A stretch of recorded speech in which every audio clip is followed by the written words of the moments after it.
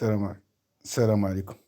الخوت هاد السيد والله العظيم لا تيدافع، سبحان الله العظيم تيدافع على المغرب وعزيز علينا المغرب والمغاربة وسبحان الله العظيم انت الناس شفتهم انا في التيك توك والله الخوتي لا الله يهديهم وصافي.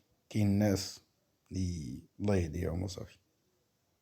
سمعوا معايا السيد اش يقول، سمعوا. او بالاسيد نداب. وينه هذا كلياته؟ انت صاحب القانون، هذا القانون يلي بترقص عليه بالليل وبالنهار بتحكم فيه. كيف يعني صارت هيك؟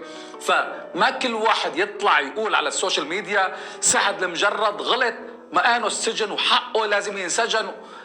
لك شوفوا القصة كلياتها حتى تعرفوا كلياتكم ان الموضوع موضوع بس تصفية حسابات مع المغرب. كان كبش الفدا هو سعد المجرد. كل العالم يلي بتغار من المغرب الحاقدة على المغرب حطوا بهذا الموضوع سعد المجرد. كيف بدنا نحن ننال من المغرب؟ عن طريق نجم مشهور، عن طريق إنسان واجهت المغرب فنيا. وطبعا المغرب له الشرف أن يكون سعد المجرد ممثله فنيا لأنه هو